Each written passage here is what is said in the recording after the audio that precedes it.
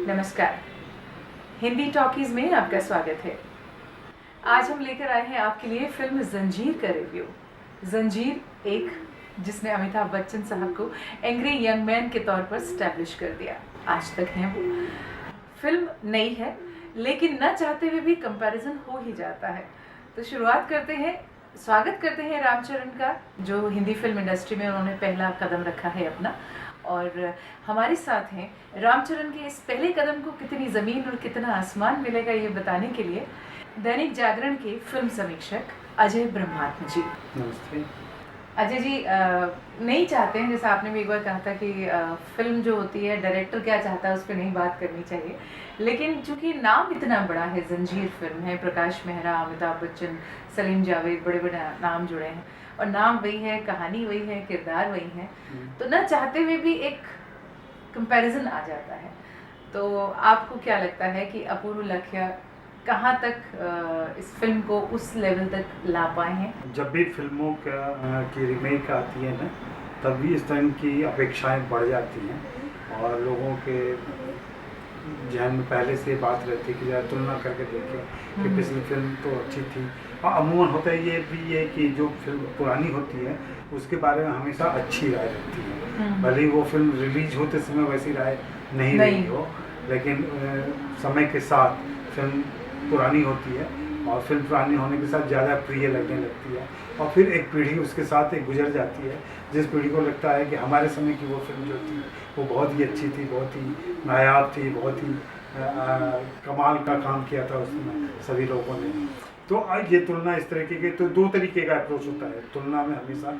एक तो nostalgic approach होता है जिसमें हमारा समय था, आज का समय तो बेकार समय है। तो इस लिहाज से चलने पर तो आप सीधा खारिज कर देते हैं ये चीज़ों को। दूसरा एक अप्रोच हो सकता है कि क्रिएटिवली देखा जाए अगर, कि उस समय जिस परिस्थिति में वो फिल्म बनी थी, जैसे बनी थी, जिस तरीके से सामने आई और जो उसका प्रभाव रहा, उस फिल्म ने अपना स्थान ग्रहण किया।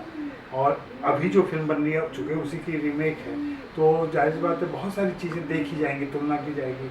अमिताभ बच्चन सबसे ज़्यादा तुलना की जाएगी कि उनके रोल को रामचरण तेजा ने कैसा किया है या निभाया है। कोई भी इस तुलना में प्रकाश मेहरा का कहीं नाम नहीं ले रहा है, क्योंकि प्रकाश मेहरा ने उस फिल्म को निर्देशित किया था। हम लोग तुलना कर रहे हैं अपूर्वा लाखिया की जंजीर का अमिताभ बच्चन की जंजीर से। बड़ा डायकोटोमी है इसमें, मतलब आप निर्देशक से तुलना नहीं कर रहे हैं, आप निर्देशक की तुलना अभिनेता से कर रहे हैं, वही सारे लोग कर रहे हैं। क्योंकि जंजीर की पहचान अमिताभ बच्चन से है और अमिताभ बच्चन की पहचान जंजीर से है, इसलिए जब भी जंजीर का नाम आता है तो अमिताभ बच्चन ही हमें याद आते हैं, प्रकाश मेहरा याद नहीं रहते।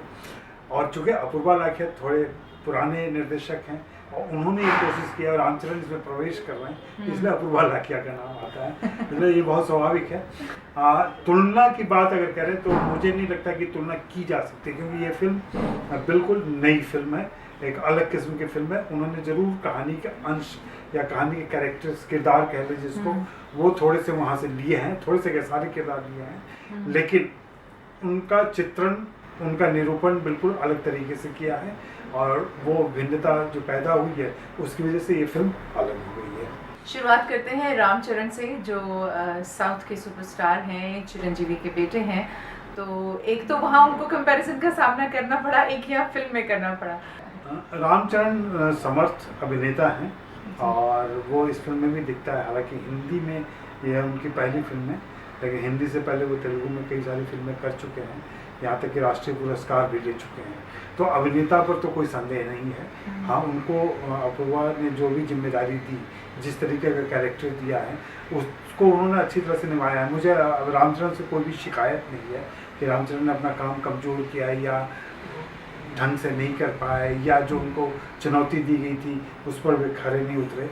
रामचरण ने अपना काम बहुत अच्छी तरह से, ईमानदारी से और सक्षम तरीके से निभाया है। संजय दत्त का जो किरदार है, तो अब लोग कुछ कह रहे हैं कि प्राण साहब का उसमें है जो, लेकिन जैसा आपने कहा कि इस फिल्म की ज़मीन अलग है, वक्त अलग है, टेक्निकली अलग है और एक्शन की बहुत बात हो रही है कि इस फिल्म में जो एक्शन सीन्स फिल्माए गए हैं उनके ऊपर बहुत ध्यान किया गया। क्या ये सिर्फ रामचरण को स्टैब्लिश करने के लिए है या ये वाकई में फिल्म की गति को बढ़ाता है? जंजीर जो पुरानी है अमिताभ बच्चन में, तो उसमें एक आक्रोश है। हाँ। और वो एक दबा हुआ गुस्सा है, एक नाराज़गी है जो इंस्पेक्टर के विजय खन्ना के जरिए आती है। यहाँ पे अब चूँकि उस ढंग के शायद एक्टर की क्षमता या एक्टर की नवीनता की वजह से ऐसा हुआ होगा, लेकिन उस तरह के आक्रोश या वो गंभीर या गहरे आक्रोश को यहाँ पे नहीं रखा गया है। गुस्सा यहाँ भी है, नाराज़गी यहाँ भी है, सिस्टम से नाराज़ है वो, सिस्टम में लड़का कुछ कर नहीं पा रहा है, इंस्पेक्टर नया है, ईमानदार है, कर्तव्यनिष्ठ है, दायित्व का बोध है उसको, तो ये सारी चीज़ें हैं, लेकिन वो कर नहीं पा रहा है। तो जब भी उसको मौका मिलता है तो वो कुछ भी ठीक करने की कोशिश करता है।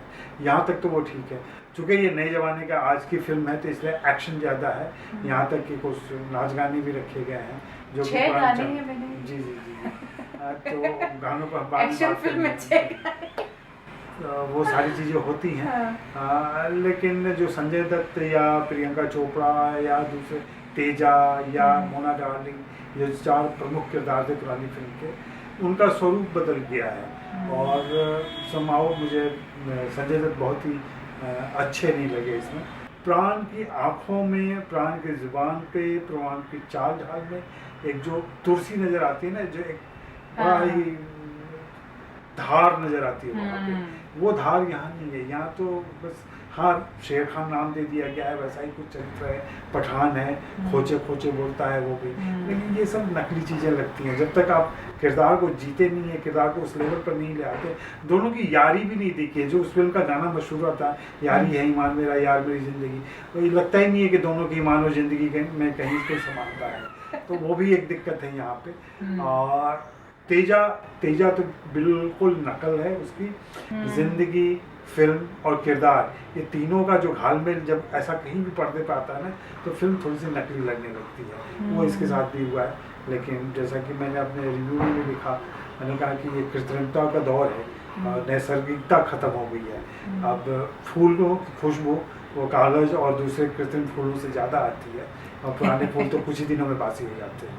जहाँ हम बात करें एक्शन है फिल्म में, और जाहिर तौर पर जो एक न चाहते हुए भी हम कंपैरिजन कर बैठते हैं, तो वो तो जायज़ है, मुझे नहीं लगता कि हम कहीं गलत हैं।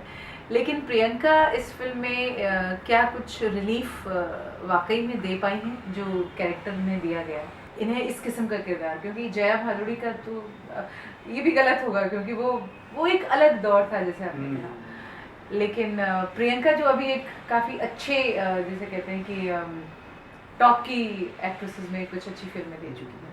प्रियंका ने अपना काम अच्छा किया है। मतलब होता क्या है कि जब अच्छी अभिनेत्री या अनुभवी हमारी एक्सपेक्टेशंस बढ़ जाती हैं, और कैमरे से जब उनकी दोस्ती हो जाती है तो उनको किसी भी प्रकार का काम करने में कोई संकोच या संकुचाहट नहीं होती है, जिसकी वजह से उनका जो प्रेजेंटेशन है या जो परफॉर्मेंस है वो बहुत निखर के आता है। वो यहाँ भी हुआ है।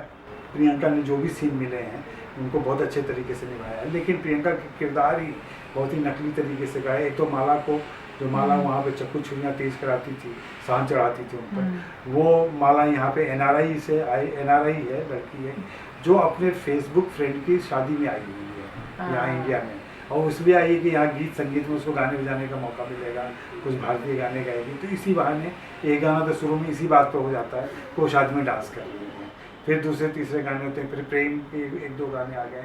मुझे नहीं लगता गाना इतना रखना ज़रूरी था, लेकिन अब वो निर्देशक की चॉइस है, निर्देशक की जो चॉइस है उस पर आप सवाल नहीं उठा सकते, लेकिन फिल्म में वो ज़्यादा फिट नहीं बैठता है। जैसा कि एक अनुभवी दृष्टि जो अजय ब्रह्मात्म जी रखते हैं, उससे हमें पता चला कि जंजीर जो है वो आज के ज़माने की फिल्म है।